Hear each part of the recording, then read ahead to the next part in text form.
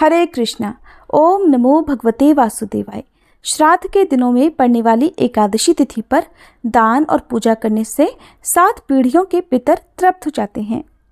और श्राद्ध के दिनों में पड़ने वाली एकमात्र एकादशी है इंदिरा एकादशी, जो कि आश्विन महीने के कृष्ण पक्ष की एकादशी होती है। पितृ पक्ष में आने वाली इस एकादशी का विशेष महत्व है। ग्रंथों के अनुसार इस एकादशी पर विधि पूर्वक व्रत करके इसके पुण्य को यदि पूर्वजों के नाम पर दान कर दिया जाए तो उन्हें मोक्ष मिल जाता है और व्रत करने वाले को वैकुंठ की प्राप्ति होती है। पद्म पुराण के अनुसार इस एकादशी का व्रत करने वाले व्यक्ति के 7 पीढ़ियों तक के पितर तर जाते हैं। और इंदिरा एकादशी के दिन भगवान विष्णु की विधिवत पूजा करने से व्रत करने वाले भक्त को वैकुंठ धाम की प्राप्ति होती है। पुराणों में वर्णन है कि जितना पुण्य कन्यादान या हजारों वर्षों की तपस्या से मिलता है, उससे अधिक पुण्य एकमात्र इंदिरा एकादशी का व्रत करने से मिल जाता है।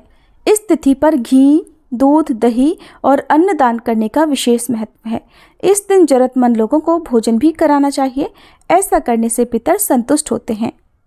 आज के इस वीडियो में आप जानेंगे साल 2024 में पड़ने वाली इंदिरा एकादशी की तिथि और शुभ मुहूर्त के साथ ही पारण मुहूर्त के बारे में।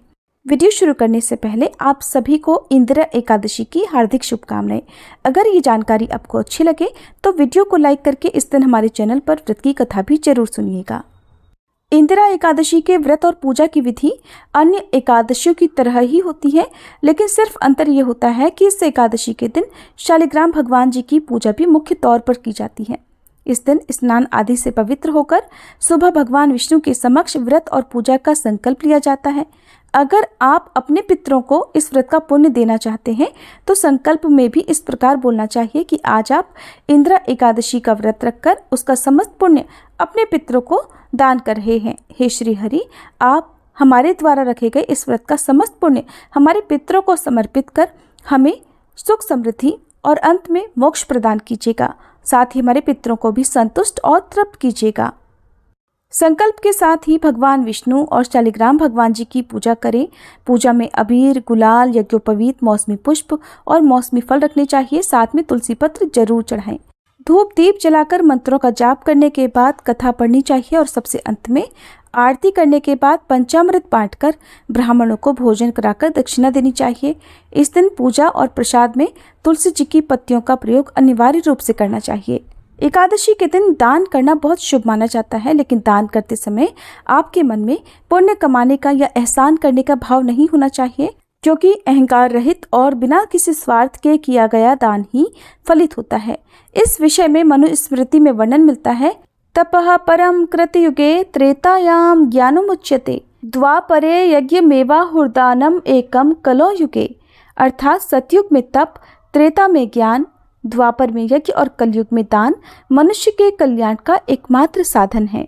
इस बार एकादशी तिथि 27 सितंबर शुक्रवार दोपहर 1:21 से शुरू होगी और 28 सितंबर शनिवार की दोपहर 2:50 पर समाप्त होगी। और इस बार एकादशी का व्रत केवल 28 सितंबर दिन शनिवार को ही रखा जाएगा। एक दिन पहले यानी 27 सितंबर शुक्रवार को दशमी तिथि के नियमों का पालन किया जाएगा। द्वादशी तिथि शुरू होगी 28 सितंबर शनिवार की दोपहर 2:51 से और समाप्त होगी 29 सितंबर रविवार की दोपहर 4:47 पर। 28 सितंबर को यानी एकादशी व्रत के दिन सूर्योदय सुबह 6:21 पर और सूर्यास्त होगा शाम 6:13 पर। ब्रह्म मुहूर्त सुबह 4:45 से 5:33 तक और इस दिन सर्वार्थ सिद्धि योग बन रहा है। सिद्धि योग सुबह से लेकर रात 11:10 तक रहेगा। बाद में साध्य योग प्रारंभ हो जाएगा।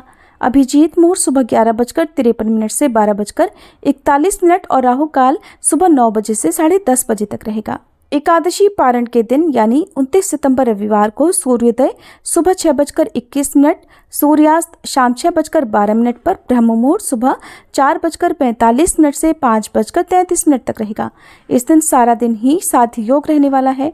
अभिजीत मुहूर्त सुबह 11:53 से दोपहर 12:40 तक रहेगा और राहु काल दोपहर 4:30 से 6 बजे तक रहेगा। हरिवासर का समय 28 सितंबर शनिवार को यानी एकादशी व्रत की रात को 8 बजे तक समाप्त हो जाएगा। हरिवासर के समय व्रत नहीं खोला जाता है और एकादशी व्रत खोलने का यानी व्रत पारण का शुभ मुहूर्त 29 सितंबर रविवार को सुबह 6:21 से 9:05 तक रहेगा। उम्मीद है ये वीडियो आपको पसंद आई होगी।